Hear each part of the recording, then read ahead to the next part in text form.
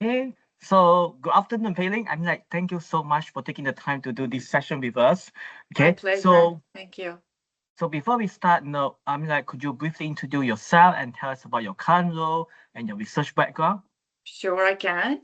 I am a climate scientist, mainly focused on mental health and human health in general. I have a PhD in environmental sciences. I am specialized in social sciences as well, doing climate science in social sciences. And currently, I'm in Canada. I am Prince Edward Island, and I'm doing my teaching and my research in the University of Prince Edward Island. Wow, that's nice. Okay, yeah.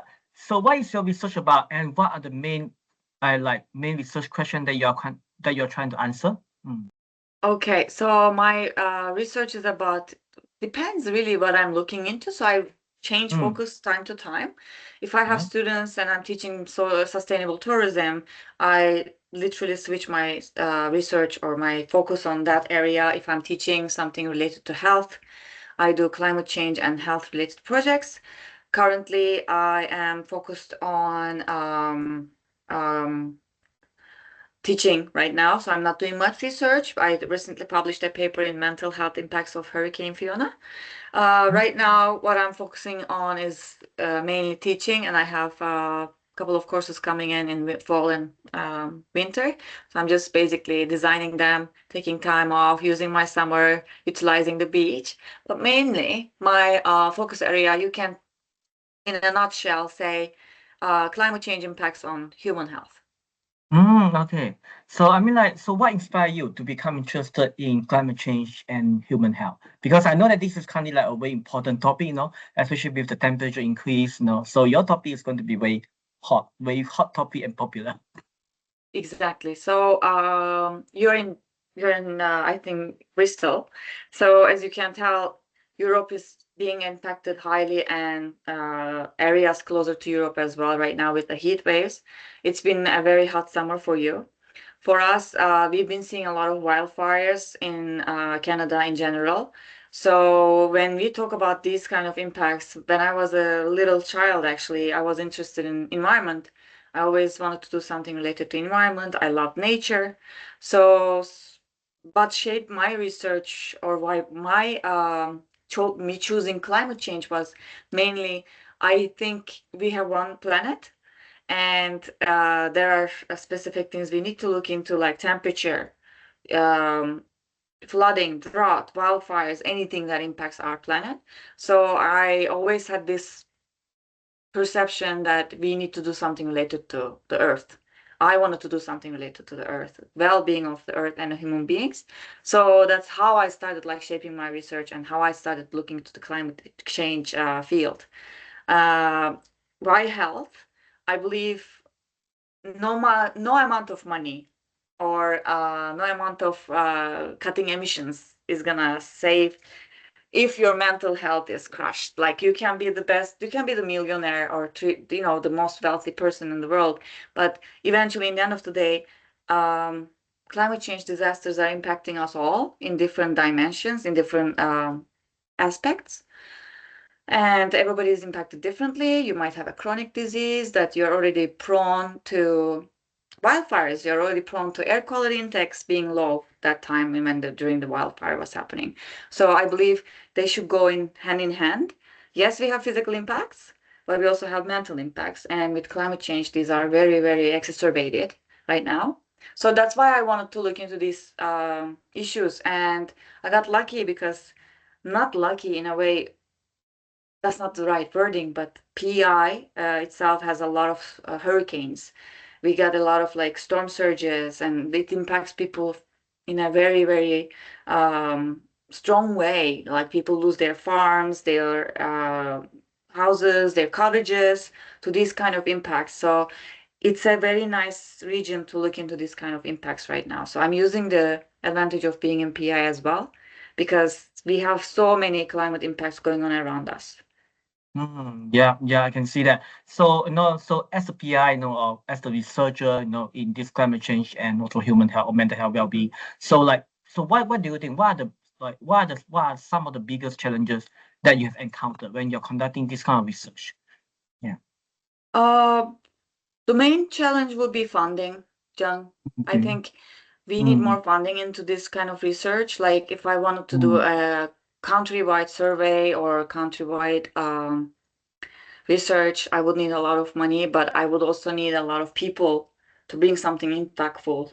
If I was to do my own research as a social scientist, I believe one of the biggest challenges every other scientist is facing right now, especially climate scientists, is mm, funding, because there's believers and there's non-believers. So we have this dilemma that how we are gonna bring people together and raise our voices when it comes to science. Science is being impacted highly with politics, economy, as we all know. So I will say biggest challenge is money. Not mm, only money, it's also awareness and knowledge. So mm. you can't lighten up people if they're not open to learning or open to understanding what's going on around us I mean, vaguely. like, So I believe knowledge, awareness, and unfortunately, I have to say, like, we need some dollar into this. Yeah. yes. Yeah, I mean, like, just a quick follow-up question on that. So, I mean, like, so when you're conducting this kind of research, are you mainly doing like primary research or using secondary data set? Yeah. I do sometimes depend on secondary data, but I did in my last research. I think secondary data is great too because you get to understand what you can improve from the data sets people were using before you. I did my primary data collection for this Fiona impact study in mental health. So it was a very nice publication, and we talked to so many people here, and we also did some quantitative analysis. So yeah, yeah. I see. Yeah, because I noticed that you also publish, a lot of good papers, around this area. So how do you translate like your research findings or your papers or publication into practice, policy, or benefits for the communities and the wider public? Do you do Yeah. like, for example, like workshop or whatever? Yeah. Oh yeah, yeah, we did. I try to attend as many as presentations that I can. Like we get invited by the government or we get invited by townships here. So we talk about our research. And we also do a lot of impactful research and also like coastal erosion. Not only social science part of it, we also do technical research here too in UPI. So I really try to connect my research with practical strategies, like practical implementation strategies, especially. While doing so, we try to help educators understand how to use what we have found. Like we develop recommendations for also young learners, like classroom practice wise, and sharing our findings that can inform institutional policies and kind of professional development area here. What we do, mainly what I do with my own students and the team I work with, we try to implement everything in real life. So we don't want to leave it in the books or in the research articles or in journal articles. We want to talk to people. We want to inform people as much as we can and with using simplified language. So yeah, we want to reach out to people as much as we can. Yeah, I see. Yeah, I mean, like, so because as you know that now we are enter like the age of AI. So how do you think the AI is going to change the way, for example, like the research that you have conducted in your field, let's say over the next 5 to 10 years, and also you mentioned about teaching and learning as well, because now you are doing a lot of teaching and learning. How do you think that AI is going to impact, let's say, like the teaching and learning related to environmental sciences or to your courses? Yeah. Mm-hmm. Uh, well, usage of AI is a problem in everywhere in our Yeah. classroom too. Like we teach and we want to, give the best to the students.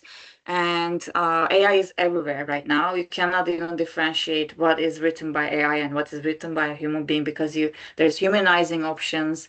We can detect using some softwares, as you can understand, like some of the softwares academics use. But now there are also other softwares using AI trying to beat those softwares. So it's crazy, but I am not 100% against it as an educator. I want students to understand the magnitude of AI, like what AI can do in the future.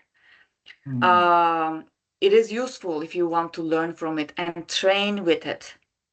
For example, getting ready for an interview, I would like to train with AI. Getting ready, like I want to present to AI. My presentation that I presented, I will present to my teacher. These are not harmful things, because if you're not using AI for plagiarism or something that is unethical or against transparency, accuracy, AI is not that bad. But if you are doing this at the same time, like without paying attention to ethical issues, or like transparency, accuracy, that's a problem.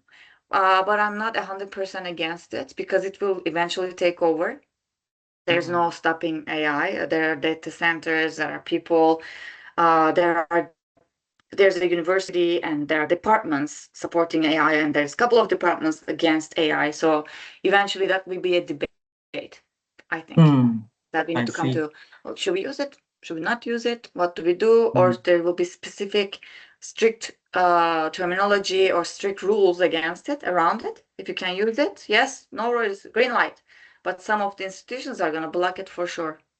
I mean, like, just a quick follow-up question. Like, I mean, like, are you aware that, let's say, maybe in Canada, or maybe just even in your institution, like, do you all have like the AI policy in place? For example, like, okay, these are the assignments, maybe student can use AI, or maybe people are saying that we shouldn't ask students to complete written assignments. We should move everything to exams.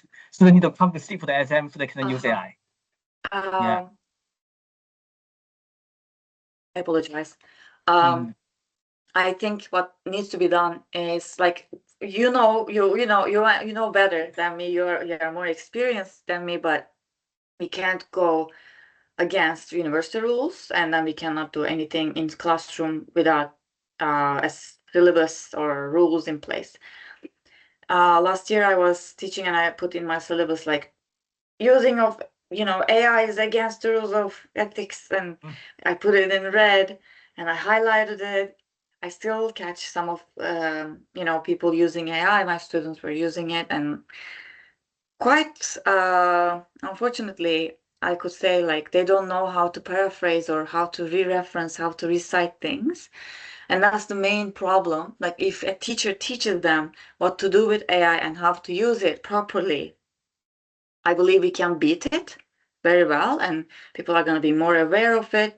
They will, of course, what is not AI? Like, I type something in Google right now, everything is AI. Yes. So I cannot, are we to blame these kids, or are we to help them? So I think we need to really see it in different perspectives, two perspectives. If the university is against it, of course, follow the rules.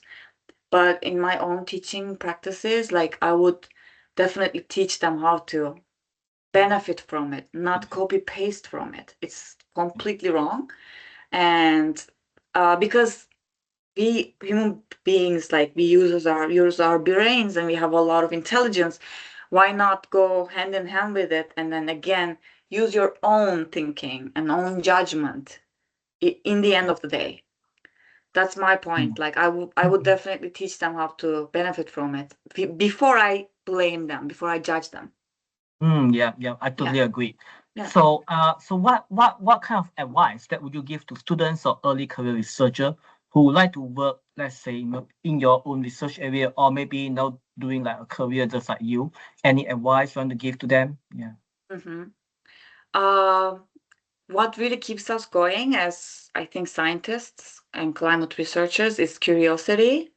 I would really advise the students or anybody who wants to look into these issues. You can be an expert in wildfires, you can be an expert in flooding, hurricanes. Climate change covers it all. So I really want them to be curious, be open to new technologies. Don't be against something that is built new. People look at AI differently. I don't despise, but I also teach my students how to use it. So helps you with critical thinking skills, and it is important not only to learn how to use it, but also to question its limitations, right? And its ethical implications. So I would say, happened to me. I was just doing a test by my own. I was testing. I was asking ChatGPT, saying, like, can you find a reference for this paragraph? I want to cite this. Okay, super easy, and it was about climate change, it was about global warming. Yeah, sure, I can cite this for you. And then here is the citation that I can use for this. I went to the citation, it's completely wrong.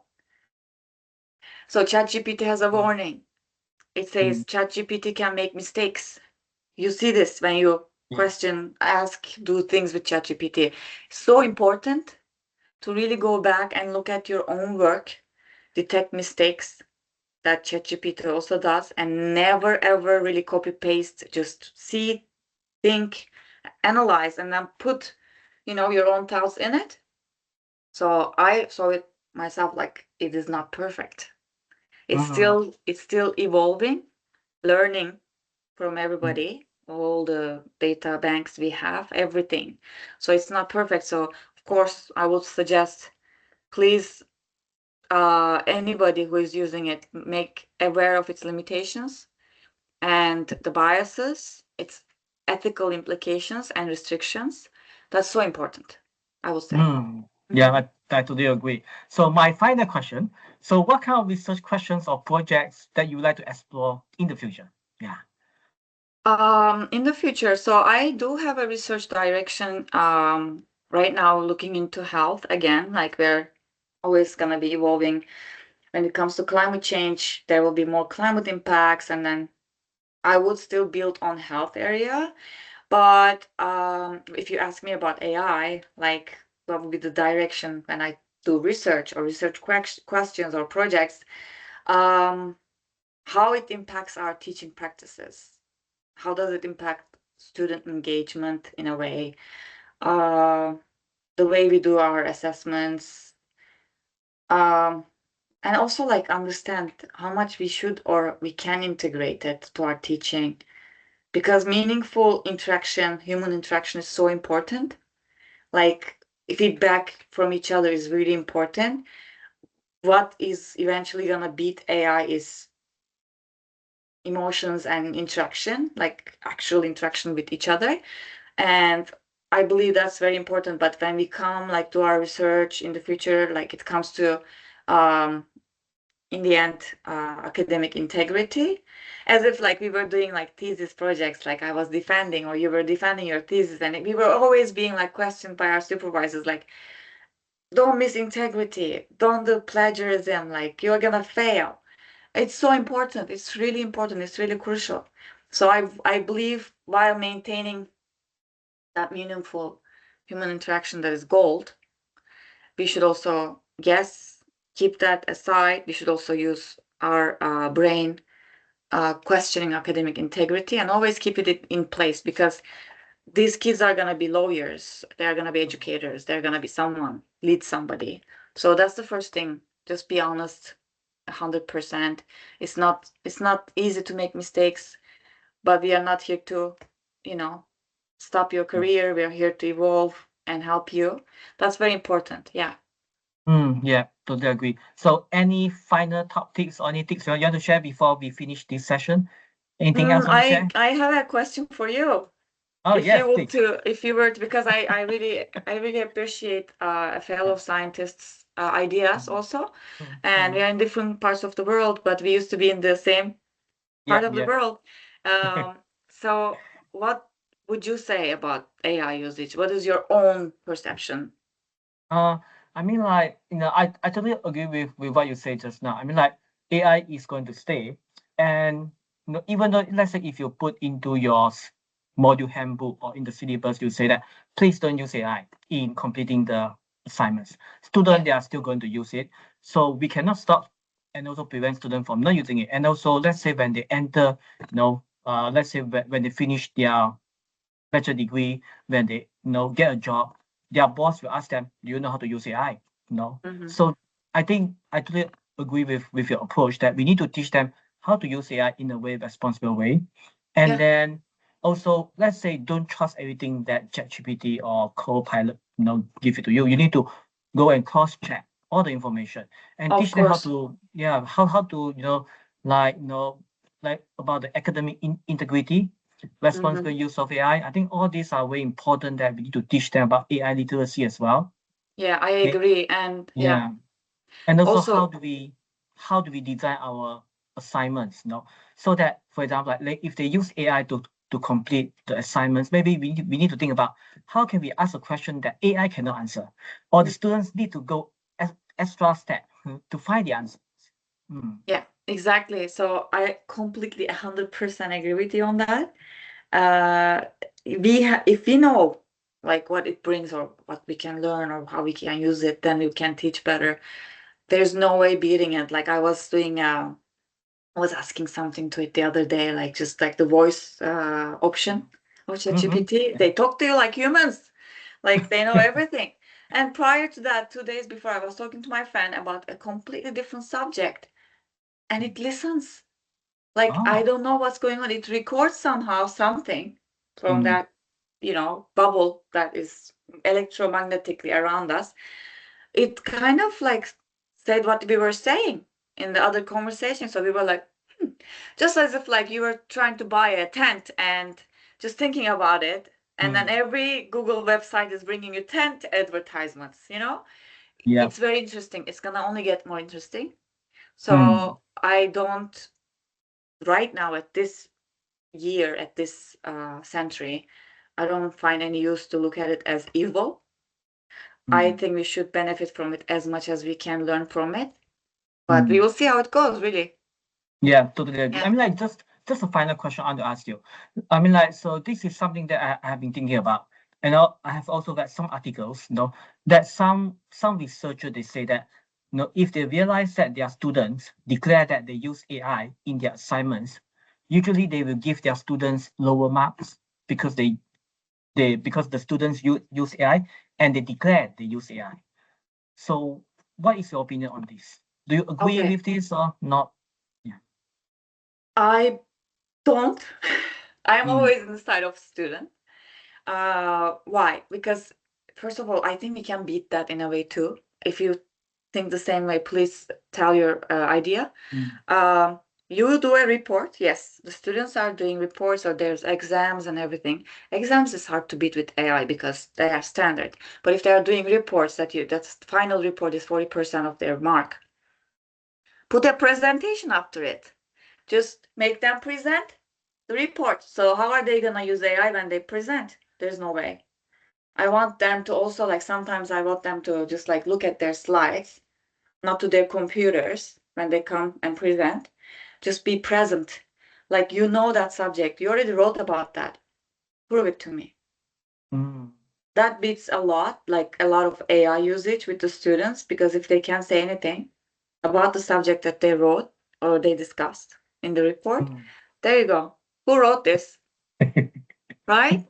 Like, it's so easy. Actually, like, if you can just take them and then put them in front of the board or like make them present, done deal. Not reading from the, the slides or anything.